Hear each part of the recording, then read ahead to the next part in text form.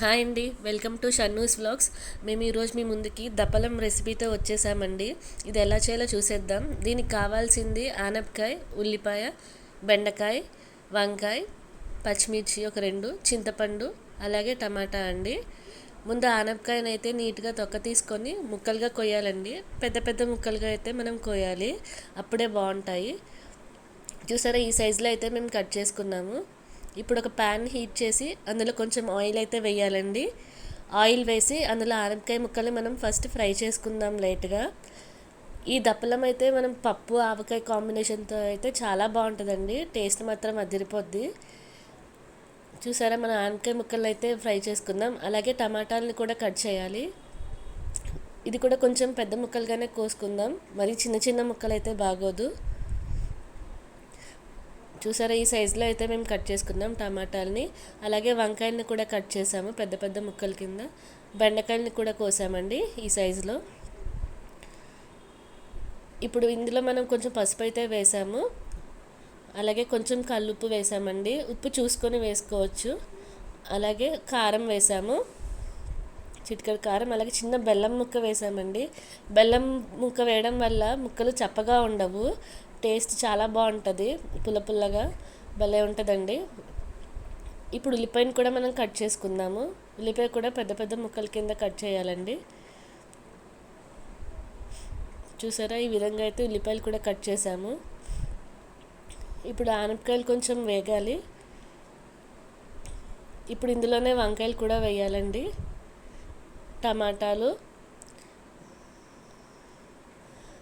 అలాగే ఉల్లిపాయ పచ్చిమిర్చి కూడా వేసాము. వేసి బాగా కలపాలండి. ముక్కకి ఉప్పు, పసుపు, కారం బాగా కలిసేటట్టు మనం బాగా కలపాలి. ఇప్పుడు కూత వేయించాలండి. ఒక 2 విజిల్స్ దాకా అయితే మేము వేయించాము. ఇప్పుడు ఇందులోనే బెండకాయ మేము సెపరేట్గా ప్యాన్లో వేయించామండి, ఒక 2 మినిట్స్ ఫ్రై చేసి. ఎందుకంటే దీంతో పాటు ఉడికిస్తే బెండకాయ పేస్ట్ అయిపోద్ది, సో అది మాత్రం సెపరేట్గా ఫ్రై చేయించి వేసాము. అలాగే ఇందులో చింతపండు పులుసు కూడా వేసామండి. కొంచెం చింతపండు పులుసు ఎక్కువే పడుతుంది. వేసి ఒకసారి బాగా కలపండి.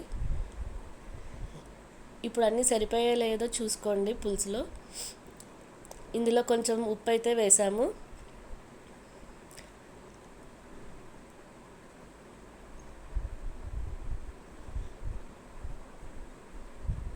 అలాగే కొంచెం కారం కూడా సరిపోవాలండి ఇంకా, సో అది కూడా కొంచెం వేసాము. ఇందులోనే ముద్దపప్పు వేసామండి. సో దప్పలంలో అయితే మెయిన్ మనకి ఇంగ్రీడియంట్ ముద్దపప్పు అండి, సో అది కూడా వేయాలి.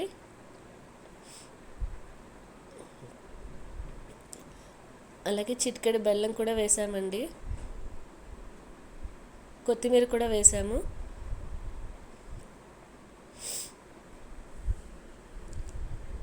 వేసి బాగా కలపాలి. ఇప్పుడు ఇందులో ఇంకొంచెం పప్పు సరిపోవాలి, సో కొంచెం పప్పు వేసామండి. మళ్ళీ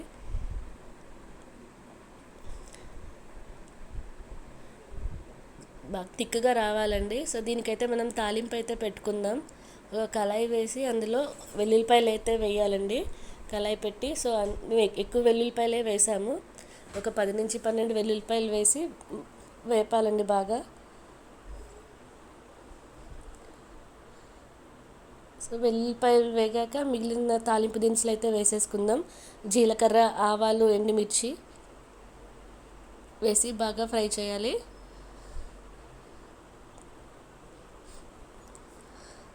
ఇవి కొంచెం వేగాక కరివేపాకు అయితే వేసుకుందామండి. వేసి మళ్ళీ కలపండి ఒకసారి.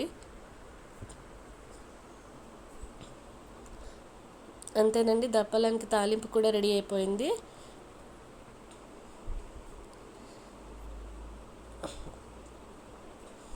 అంతేనండి, మన దప్పలం అయితే రెడీ అయిపోయింది. చూసారా ఎంత బాగుందో. ఇది ముద్దపప్పు ఆవకాయతో తింటే అదిరిపోద్దండి. మీరు కూడా ఇది తప్పకుండా ట్రై చేయండి. ట్రై చేసి రెసిపీ ఎలా వచ్చిందో కామెంట్స్లో తెలియచేయండి. మా ఛానల్కి మీకు నచ్చినట్లయితే ఈ వీడియోని లైక్ చేయండి. అలాగే మీ ఫ్రెండ్స్కి షేర్ చేసి సబ్స్క్రైబ్ చేయించండి. Thank you for watching our videos. అలాగే బెల్ ఐకాన్ మీద కూడా క్లిక్ చేయండి, మీకు నోటిఫికేషన్స్ వస్తాయి. Thank you.